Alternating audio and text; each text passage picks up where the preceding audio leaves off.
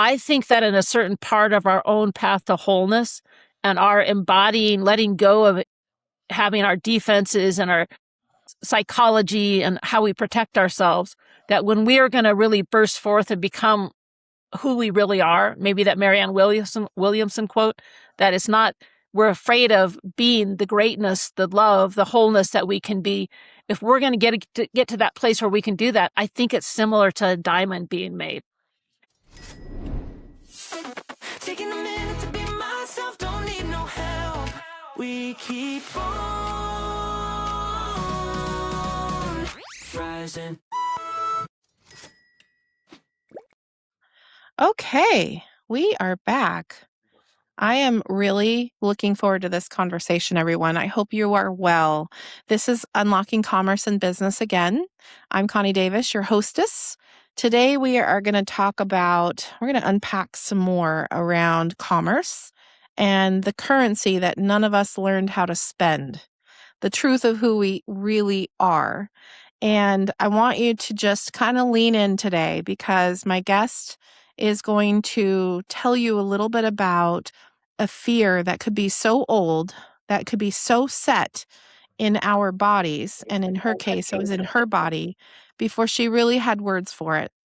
And it could be these areas where it kind of just, it helps you figure out like there's something down there. And we're going to talk about what happens when the outer world pushes on an old wound. And it might feel like a volcano going off inside of you. So Hertha Lund is with us here. And I just wanted to set the stage a little bit for the audience because they're used to us kind of exploring these commerce shows. And Hertha and I have been able to have some interesting conversations and workshops as we've gotten to know each other. And I'm really excited to have her on the show. Hertha Lund, thank you and welcome to Unlocking Commerce and Business. I'm so happy to be here with you today, Connie, and to have this conversation. I'm aware we're going to talk about some deep, hard things, but let's do it. Yeah. I love playing with and dancing with my guests on the show because they never quite know where I'm going to take them. And it's always a little bit of a surprise, but thank you for being, such a kind spirit, willing to lean in and talk a little bit about what I think is going to resonate with our listeners really well today. And I want to start somewhere where most people probably don't start in an interview. And I've gotten to know you and some of the really important, critical work that you've done in yourself. And you've got some incredible stories that just touched my heart, when we met back in May. And after, some experiences and what it's taken you to really heal, I want you to take us back there. And I want you to think about that promise that you made and tell the audience a little bit about this promise that you made and what triggered it and how it's really taken you on this journey. And I think that's, partly probably your background, a little bit of what took you there and your story. And then we're going to come out of it and explore a little bit more from there. Sure. I'll come back to this, but 11 years ago, I died and came back. But to set that up a little bit more, I grew up on a ranch in Montana, which was very ideal. And I had heaven outside with my horses and out in nature. But inside the house, my mom was really not mom material. She'd had some issues in her childhood that she didn't heal. And it was projected onto me as the oldest daughter. And in fact, at 5 or 6, I couldn't find my shoes, and she choked me. Almost, she could have killed me, and she dropped me before I stopped breathing, and she left. That was her way of handling it because she couldn't handle herself. But there were other things she did, and I know that she had her own trauma, and she chose to drink alcohol. So that was my first big trauma. But the second one is around the same time I was sexually molested by a neighborhood teenager. And I never told anybody because I was afraid my mom would kill him, and that would be bad for our family. So I packed those into my being, and I carried them with me. And instead of, I could have slid off into being an alcoholic like my mom, but I made decisions not to do that, mostly because I was an overachiever. And I played basketball and rodeo in high school. I was in the state national champion in the top 10, state champion at multiple sports. And I played basketball, and I played both those sports in college. So, and I was also a pre-vet, pre-med student. So all of that helped me keep myself together to succeed. And then I took some time off, managed a ranch, was a horseshoer and a blacksmith, finished my schooling as a journalist and covered Congress in Washington, D.C., and decided to go to law school. Guess what? Becoming a lawyer and being a lawyer was the best thing I could do to overwork and always keep moving towards a goal and never face my fears or the inner pain. So I've had a successful 31-year attorney career. I know I don't look that old, but I am 64. I think dying and coming back makes a difference. But by being a lawyer, I kept very busy and I always had goals that I had to meet. And they were very important for the client. So it kept me on a trajectory of always moving forward, never stopping or slowing down to feel. And 11 years ago, it caught up to me. And for that whole year, I'd had problems in and out of the emergency room with inflammation around my heart, which was pericarditis. And it steadily got worse. And pretty soon I ended up in the emergency room and I go to a heart doctor and I said, I think you should admit me. And he asked me why. And I told him why. And he said, I'm going to admit you.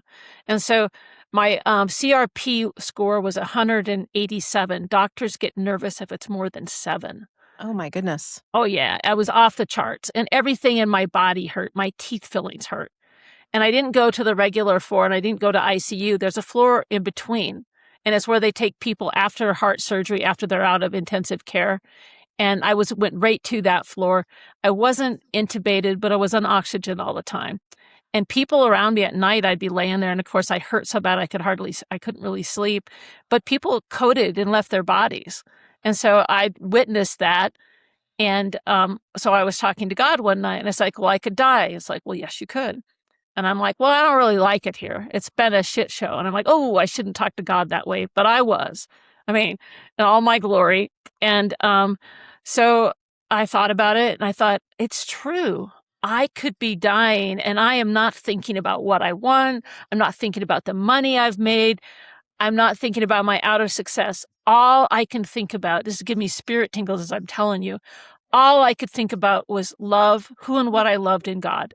Nothing else mattered. And I kind of laughed. I'm like, well, it's true. When we die, we don't think about all those other things, you know? And as soon as I was in this vibration, all of a sudden, I was encapsulated in this huge tube of light. It was bigger than one can comprehend in our human consciousness. And it went out way around me, beyond where I can reach. And then I started just going up, up, up. And as I was ascending, I felt one with light. Pretty soon I was like walking in the Milky Way.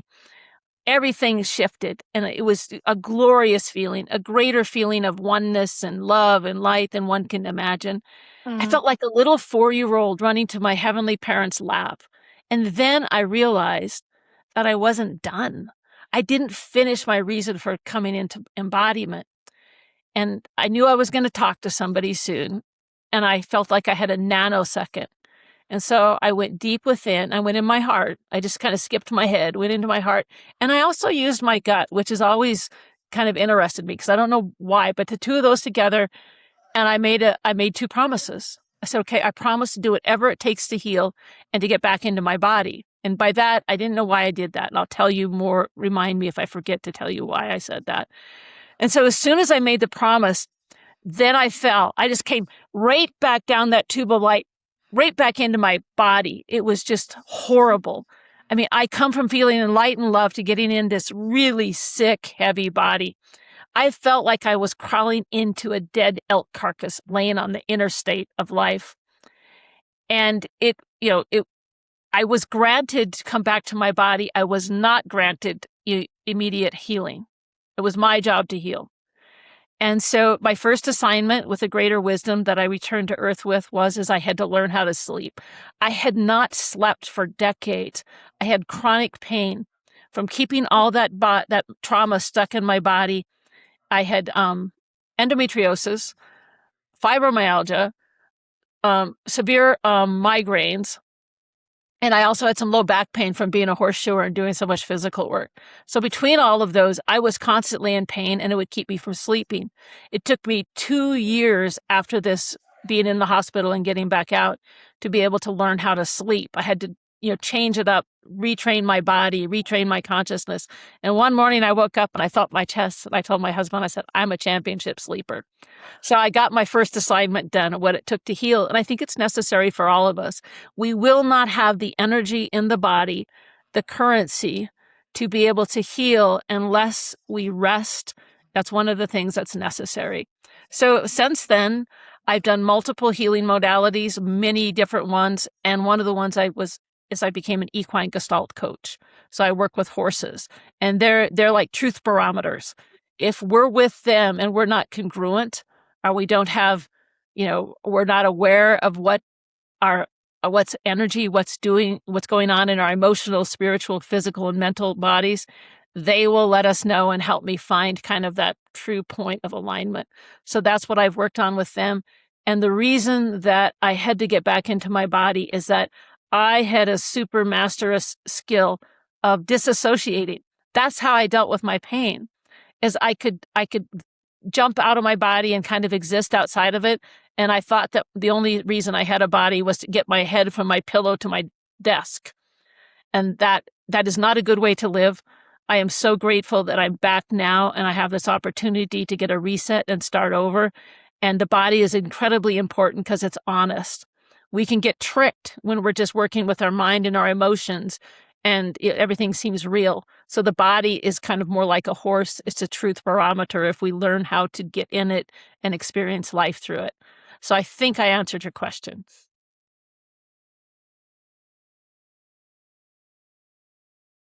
Oh, I can't hear you now. Oh, I'm sorry. I was on mute.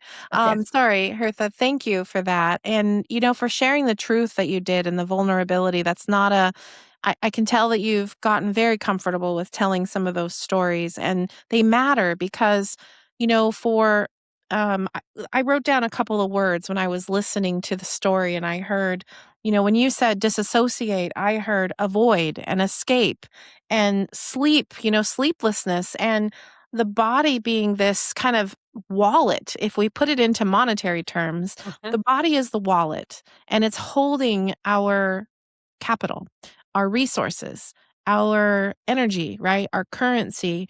And, we don't think about it that way. We think about humans transacting with other humans, buying through technology. That's whenever I've asked someone, what does commerce mean to you? And we usually talk about that on this show.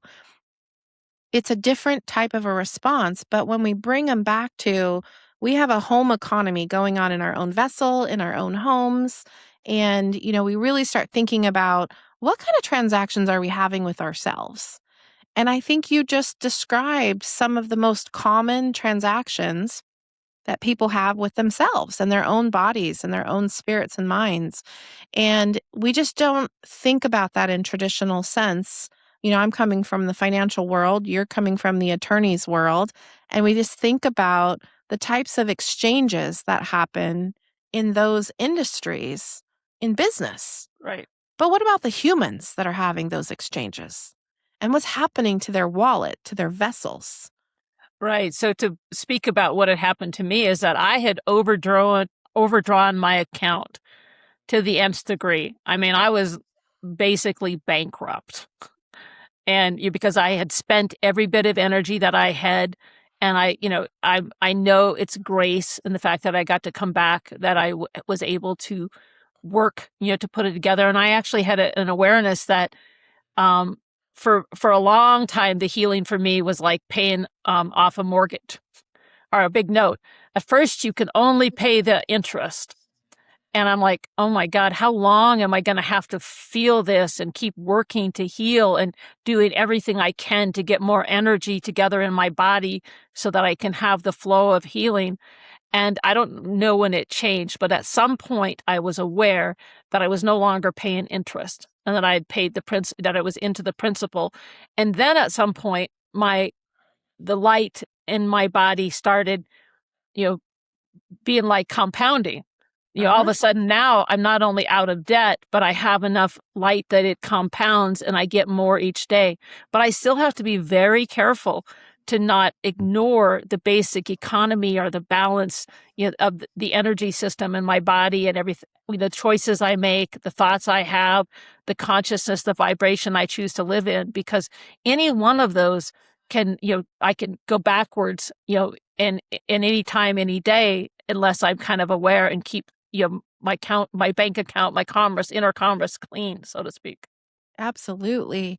And, I feel like it's really important to kind of go back to your mom for a second because you mentioned there was an exchange, and that exchange put you into a negative state for a while. And you were probably in an overdrawn relationship from, that experience. And it probably created some contracts. We'll use some attorney language here and some contracts and some belief systems that probably impacted you. And, I don't know that people in their everyday unconscious kind of just going about getting life done. How did you feel? How did you figure out that you needed to make that shift as well? Was it the near death experience or was it something prior that you started kind of inventorying what might have been contracts and agreements that you were living by? Well, I would love to say that I was enough aware that before dying, I looked into that. I certainly was aware it was there, but it is my unprocessed emotions, pain, terror, despair. I did have some anger, but that was not what I led with. And but it was underneath and it was driving me, but I did not want to look at it. And I did not unpack it until after I made the promise to God when I came back. And I might not have done it without that promise, but I recommend to anyone, don't wait till you die, because we don't, it's just, I, I'm very aware that it was a big grace for me to come back. So I would say, if you're aware that there's something you need to work on, I would encourage you to have courage without having the near-death experience. I wish I would have done so earlier. So then I still had to unpack it one step at a time, because when there's so much, it's just like, if I have, think about it. If I have a mortgage and I have credit card debt and I have all this going on, all this going out, I can't solve it in one day. And if you and I are going to try to merge our businesses, we have to start thinking about very carefully how we're going to put it all together. Well, healing for me was the same thing. I had to unpack one thing at a time, upgrade, and then use that as a platform to upgrade more. It was a continually energetic and a shifting. And I'm fairly intuitive. I mean, I'm a good, very, it seems to be one of my natural gifts to be a coach and to sit with people and to be with my horses. And I love it very much. So you'd think I would have this awareness.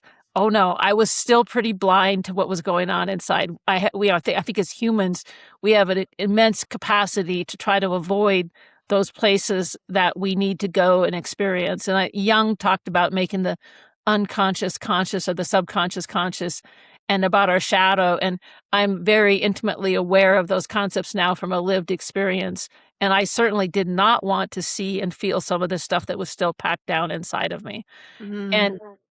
And just recently, so part of my dream of coming back is, I've always seen myself speaking to thousands of people and sharing, inspiring people to find their path to wholeness. And so after, the last few years, I've been working very hard, earnestly, to upgrade my speaking skills. Now, note, I was in speaking contests from age 9. I talked to juries. I talk a lot. But I wanted to get to be the best I could be, and the best vehicle and instrument, so that people could get what they needed from my talks to go to their next step. So I've, invested in coaching and really worked hard.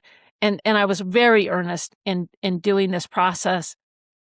And then something happened where, I thought, it seemed like something went wrong, and my coach was there. And of course, with my makeup, I've never let any woman direct me, because that would be, I was not ever going to let a woman direct me, because my mom, I'll take care of myself. I'm very reliant. Just a side story. I had two, instead of a full set of golf clubs, I had a putter and a driver. So I could either drive and go for the big one. That was my badass lawyer. I'm tough, don't need anything. Or I've got a putter. I'm like a wounded 5-year-old. I had no middle game, no middle tools. And so, for my lawyer job, it was great that I had a driver, and I'm going to take care of you, and I can do it very competently. But the fact that I didn't have anything in between that wounded part, that meant that I was never going to put myself in the place where I depended on somebody for something I needed. Like, that was important for my life. So you think about how that would impact my close relationships. I'm here and I love you, but I'm not going to really depend on you. So I had that going on. But to measure up my speaking skills, I hired a coach. And so I did depend on her because it meant so much to me to increase my skills. And so in that relationship, again, I thought that I had done something wrong. And I really went into that small part of me. And it turned out that it was like the perfect paradox, a perfect setup that I went through. I fell into my stuff. And I literally, it's the stuff that even though I'd done lots of work, paid lots of money to get whole, there was still this place that I was keeping, tucked down inside of me. And it was deep in my, right in my soul, below my belly button, below my, it wasn't base issues, but it's that second, the seat of the soul, I call it, that's where I think our soul anchors in our body. And that's where my trauma was still stuck.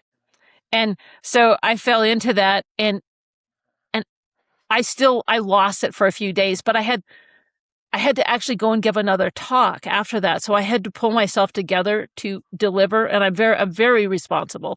So that actually helped me to make the next steps. And by having that, it was literally like an inner volcano. We talked about that a little bit ahead of time because of what I wrote, but it erupted inside of me. Now, it did not hardly get outside of me. I did end up sobbing and crying because I embodied that 5-year-old that was so terrified of disappointing somebody that I depended on and what would happen. Now, note, with my mom, it could be dangerous. Disappointing her could have caused her to do something that could harm me. And it certainly would hurt me emotionally. So it wasn't the wrong decision back then. But at 64, it was kind of getting in the way of a lot of my relationships. And so I finally saw it and I felt it, and it literally cracked me open. I mean, in an emotional way, in a spiritual way that it was humbling. It was scary at times. And again, I think it was the best thing that probably ever happened to me. So. Yeah, absolutely. I just kept hearing the word very spiritually while we were kind of listening to your story. I kept hearing this word renegotiate. Like you were renegotiating all of those contracts that had piled on that you had stuffed in there with, the trauma. And, you were renegotiating with yourself. And it takes incredible bravery and courage to be able to do that. Most people avoid that type of work their entire lives.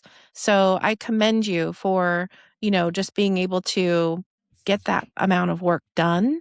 Because it's not something that, the normal mainstream person really pauses enough. And there's a lot of power in that pause. And we heard that before too.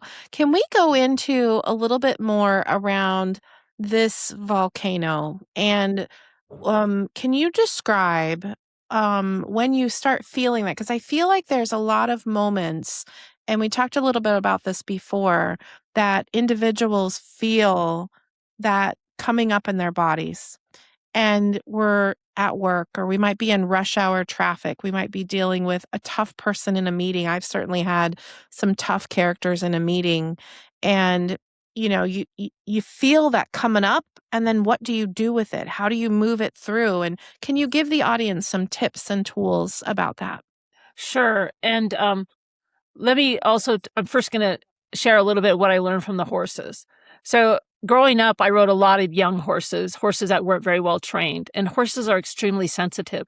So whatever we're thinking or feeling, they can think and feel. So if you're riding a green one that's not fully broke, it really matters how I comported myself, how I held myself together, and that gave the horse confidence. So I'm aware, and let's say I'm riding a horse and the horse gets spooky or is thinking about starting to buck. Then it becomes really important for me to embody leadership and to kind of maintain my alignment. Composure. Yeah. Yeah. And so that I help the horse make a good decision and not go there. Now, it doesn't work all the time, but if I jump in the river with the horse, I'm confluent. They're scared. I'm scared. They're, gonna thinking about being cantankerous. I'm going to be cantankerous. All of a sudden I've just increased the bank account of an energy, in a way, a consciousness that isn't good for me. So I learned through life with that, of knowing that, sometimes when things start getting intense, especially with outer things, that it's time to sit chilly in the middle. That's what I used to think about it when I rode colts. You sit chilly in the middle, which means I'm going to stay. I'm not going to move. I'm not going to run a lot of energy through my body. I'm going to be very centered. And so I'd had that momentum. So when this happened with me, now I have felt anger, and I did have a very big emotional body. In that, I mean, I had lots of emotions that I hadn't processed. And for me, my emotions are intense. They're big and they're intense. And so I have had to learn how to live with that. This was a little bit even different than that, because when we have those, the first thing we want to be aware is, of, it's kind of like we're riding that colt. It's like, oh boy, I feel this coming on, and it's kind of like the trauma response. Is there really anything going on in my world now that I need to be afraid of? Is there anything really going on right now that this anger will serve me? I mean, in gestalt, which is, I'm a trained coach in gestalt, we learn to know about our parts. We have different parts. And so we want to be able to, if I'm trying to win a case for you, Connie, and I get upset and I bring my angry person to your trial and I blow your trial, that's not a very good professional choice. We can have professional choices and higher consciousness about who we choose to bring to the party. So I'm working with, my husband and I don't see something eye to eye. I could choose to say, okay, I understand, I feel that. And, but I'm going to back up. I'm going to stay centered. I'm going to see how this unfolds. I'm going to be curious. If I show up this way, what happens next? And so I'm not abandoning myself, but I'm very carefully choosing not to embody and let out something in the volcano that will, harm life around me or myself. Because it takes too much energy, commerce, to clean up from that. So this was an inner volcano. And I happen to believe that we know that to make a diamond, it takes a lot of heat and a lot of pressure. I think that in a certain part of our own path to wholeness and our embodying, letting go of having our defenses and our psychology and how we protect ourselves, that when we are going to really burst forth and become who we really are, maybe that Marianne Williamson quote, that it's not, we're afraid of being the greatness, the love, the wholeness that we can be. If we're going to get to that place where we can do that, I think it's similar to a diamond being made. And so I had an inner process where the friction and that part that was so underneath and it was locked in. This is very amazing. I had surgery for endometriosis 40 years ago, 30 years ago, long time ago. And they found scar tissue that totally connected from one side of my pelvic to the other on the inside bowl. Wow. It was underneath and in between all my female organs. And it looked like it was lacunar and it was all like tied together. Now, they worked on that with surgery. And when this happened, I haven't thought about it for years. I'm like, oh my God. Inside of me, I had an energy pattern that was so, tying everything together. And I think to get everything moving and to where my energy can run clean, like my inner commerce can run clean, it had to go through this process of almost this extreme pressure and eruption. So it was more of an inner eruption that then caused me to, now I no longer have my defenses. So I'm not, it's like, well, who am I without that? I mean, and yet I still had to function in the world because I have a professional job. So obviously I developed a skill of being able to step into the role of my day-to-day life. But inwardly, there was so much changing. And when you're ready, I'm going to tell you how the horses helped me heal. Oh, well, so again, I mean, I'm getting these little messages and these little whispers with everything that you say. And what I wanted to take the audience back to, because these types of patterns show up in how we're trying to attract a customer, a service, a relationship with a client. And so we don't get away from negotiating. We just might have to do more negotiating with ourselves sometimes. And I have definitely been on a maturation type of journey of emotions and mind. And, you're right. They absolutely lie to us sometimes. They make things out of a mountain, out of a molehill. Where did that expression come from, right? But when you said green, and you were talking about the horses that were green, I was thinking about this opportunity that we have out in business with young entrepreneurs and older business owners and entrepreneurs and or corporate leaders. And what came to me was when you said I need that composure and I need to be able to align so that I can guide them. That's very similar to multi-generational type of mentoring that's needed, which is a part of the resource that you're trying to become for communities. You're phrasing it differently into ways that just like you're guiding an animal, they need to learn how you're going to handle them. Our students and entrepreneurs need to learn how they're going to handle and carry the world that we're trying to hand them. And that's really important, I think, in this commerce of community. And we had an episode a few months ago about the the great tsunami, the silver tsunami, meaning businesses that are getting ready to um, change hands, sell off. A transfer of assets from older generation to younger generation. And how do we do that in a way that we keep those centered in our communities because they're reliable businesses that people have come to know?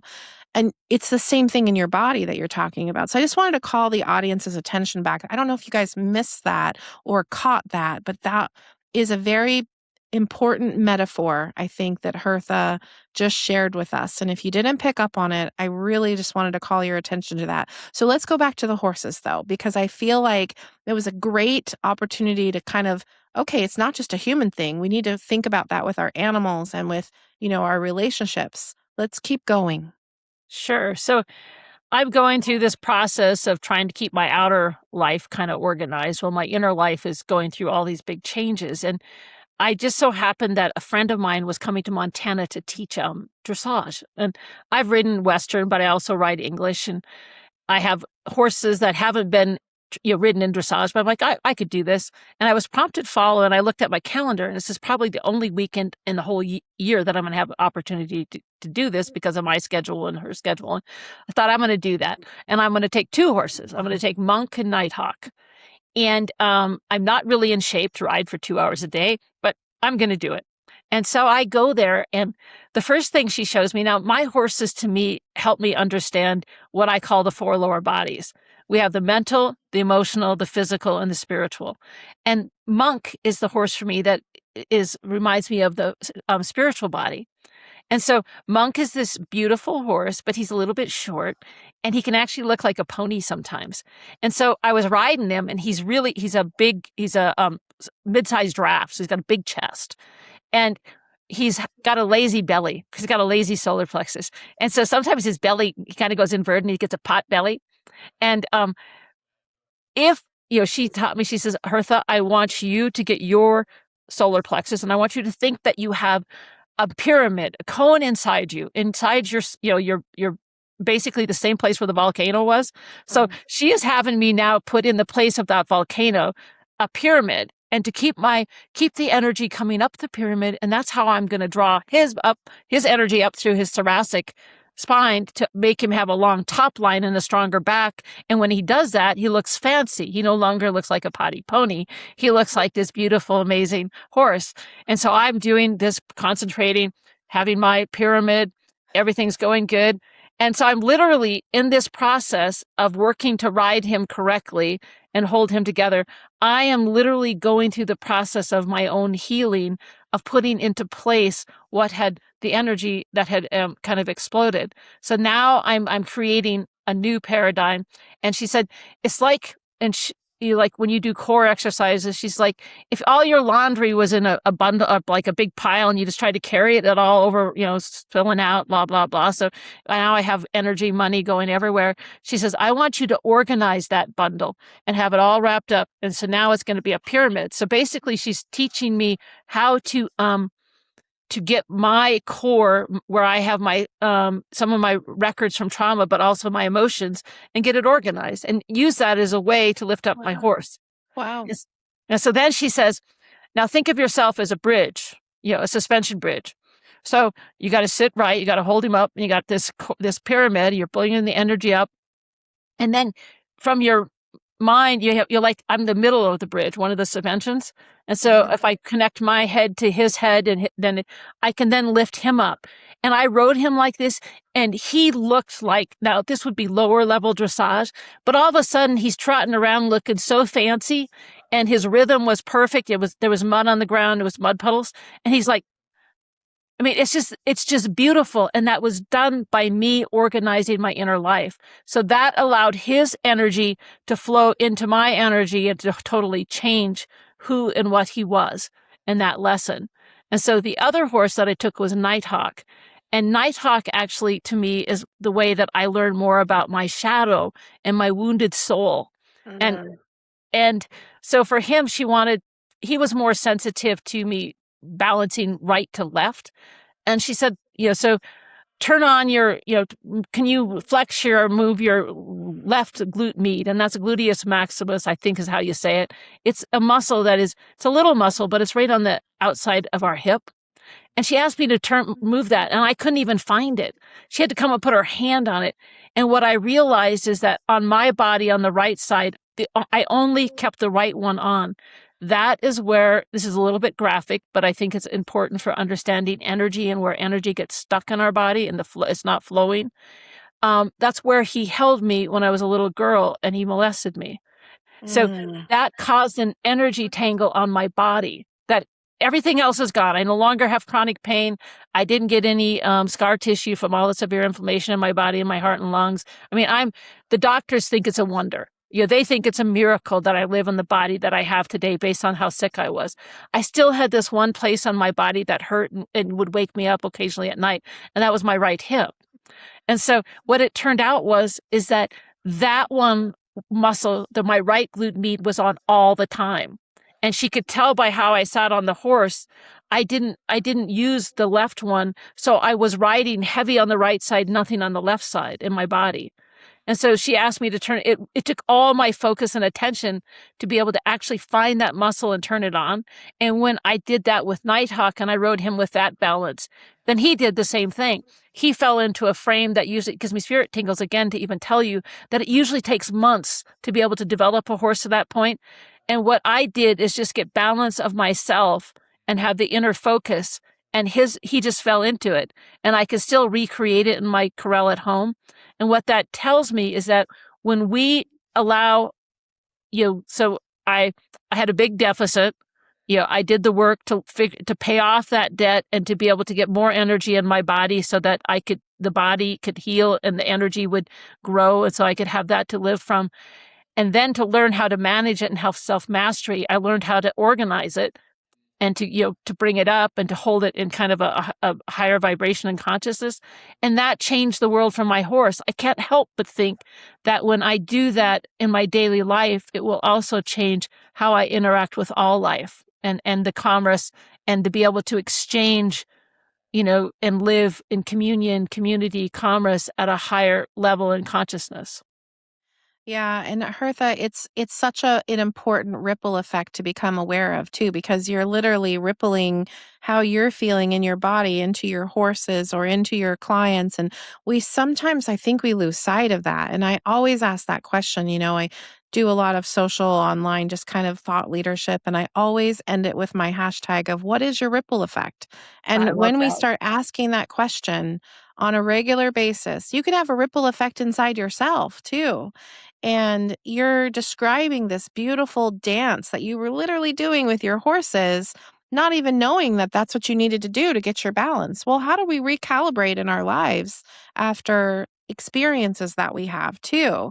We shake it off. We, walk out of a meeting and we go, or whatever that, expression is. That's all parts of these recalibration tools. And it sounds like you're filling in those middle tools to be able to do that. So you don't have your always have to be on, and you don't have the wound side too. You've really filled out that toolbox inside of yourself. And I just commend you for doing that work and sharing it in a way that I think is super relatable for people that are like, how do I, okay, well, if one person can do it and now I can relate to it in a different way. We're not taught how to do this stuff. It's not No. like your parents sit you down and say, this is how you're going to calibrate your tools. When you have this emotion that comes up or you're going to have this experience, it's always a mind game. And yet our bodies are downloading everything that we take in as a ledger. And, that's a big part of my body of work here is everything that we carry in our mind as a memory is sacred. It's sacred to the body because the instruction is coming from the CEO of the mind, Right. that chief executive officer. So I put these into these terms, and thank you for playing along with me on that, because it's not an everyday conversation that people will have in business, but it's so relatable. So, what other thoughts are you thinking of now that we've kind of really danced with this subject? Is there any other true mentorship that you think about coming from that attorney world? You know the business world very well, you know the contracts and the agreements. And what else should we be thinking about as an entrepreneur community into the future of commerce? Well, first and foremost, I think the most important thing we can do is to become whole ourselves, because in doing that, we lift ourselves up. And just like I was able to influence the horses, we will influence, those we love, our families, our communities. But then the other thing I want to share is that, I'm a litigation attorney. And, 5 years ago, I would have said, oh, yeah, there's a lot of jackass lawyers. I deal with a lot of them. Yep, it's a bad field. Most recently, I've been saying, oh my God, it is so wonderful to talk to you. I can't believe we're having this conversation in the middle of this case. And I said, don't tell anybody I'm not a badass, but I'm really enjoying talking to you. And that's actually the common conversation now. And I'm like, did I just change how I interact with other people because of changing myself? Now, I'm still being a good lawyer. I'm still doing deals. I'm still taking care of my client. But all of a sudden, all the people that I'm working with, I'm not sure all these people changed. I think I changed, and that allowed them to meet me where I'm at now. And so I invite people to think about years ago when I was shoeing horses, I was only 23 or 24, and I do 5 or 6 a day. Now, horseshoeing is very hard work physically. I was And if gonna you think say. about it, yeah, if I'm going to wrestle with a horse, it's kind of stupid because the horse is 1,200 pounds, and hopefully I'm not near that heavy to be able to have, working with that horse. I'm at a big disadvantage when it just comes to strength and how much space I take up. And so I always tried to figure out how to work with them and stay in balance and keep them in balance to make it easier. Having said that, one day I have all these bad horses, and I'm going home and I'm driving and I'm grousing. All the horses were bad. And then this voice in my head says, what was the common denominator between all these horses and these 3 different ranches? And I'm like, oh, geez, it was me. And so you carry a lesson that I learned back then at 23 or 24 to this today, recently, where I just had all these really great interactions with opposing counsel who I used to think were maybe I wasn't supposed to swear. Anyhow, okay, jackasses. And now I'm like, maybe it wasn't all them. I think a lot of it depends on me and my perception. And we know from understanding Jungian psychology that when we change our inner world, I've gone through these changes now where I've seen things things have come out that were blocked. I've paid my bank account of being overextended. Now I get to a place where I experience life differently, and I experience life differently because the kaleidoscope of how I see myself and I understand myself has changed. And so now I understand and experience other people differently. I think that's the most important commodity commerce that we can bring anywhere in our lives. And I do believe that the more mastery we have, more self-mastery, the more that we will have all that we need, the wealth and the relationships and everything we need to make a difference in life. So first and foremost, we do our work. And then by changing ourselves, we change the world around us. I couldn't agree more. I'm sitting here going 1,000% yes. And I've seen it in so many different areas of the community. When you see that, that peaceful approach to things, we don't have to go in and be this divisive, really overbearing type of personality, we can choose to do that. And you've already talked about how you do that. And there's times when that is required, but it gives us a choice. We have the ability to respond. That's what responsibility is. And we can be accountable for our choices and able to account for them in reflection. And so, you just play on words and it becomes more about intention, and what kind of life do you want to walk around in every single day in your flesh, human flesh spacesuit. So I really, really love that we've ventured between, real world scenarios with contracts and attorneys and, relatable areas of situations to how do you embrace and interact with an animal that's bigger than you? I mean, you could be out in the forest and encounter a bear and you can choose how, you respond with animals in your home. I mean, we're interacting with individuals and people every day too. And sometimes that can be a little bit animal-like too, depending on the state of that person. But I think those are just incredible tools and tips that you've given the community, Hertha, that's listening today. And I really, really thank you. So what are you up to these days? What are your projects of, these heart projects and the way that you're mentoring and leaning forward? And how do people really figure out how to work with you if there's something that really landed with them today? I love doing retreats. And so I have a Path to Wholeness retreat, and that's where up to 8 women. I do work with men, but that's more one-on-one. They don't usually like the group work. So it's a retreat for women, and it starts on Thursday afternoon and goes to Sunday at noon. And they fly into Bozeman, probably Bozeman. You could also go to Billings and drive to the ranch. And then I have a chef, and it is a catered experience, and we work with the horses. And I have one woman I'm talking to from Chicago who called the other day. She just knows she's stuck, and she believes that she's prompted that I can help her. There's nothing I love more than to work with people and to walk with them through those times, those parts of ourselves that scare us. My background as an attorney and then doing all my own work. And I just love working with my horse friends. So I love doing that. And we still have some spaces open September 24th to 27th. If you have any interest, my website has a place where you can have a phone call. It's a free call, and it's exploratory for you and I to decide what is your next best step for your path to wholeness and whether it would be with the retreat. I do have a website. It's Hertha at hertha-lund.com. And I'm a professional speaker. I have a book, The Alchemy of Resilience. And I will be offering a group in the fall for 6 months. We meet once a month by Zoom, and we will study together and be together each week. And I limit that to 12. And we have a transformational healing experience together through that.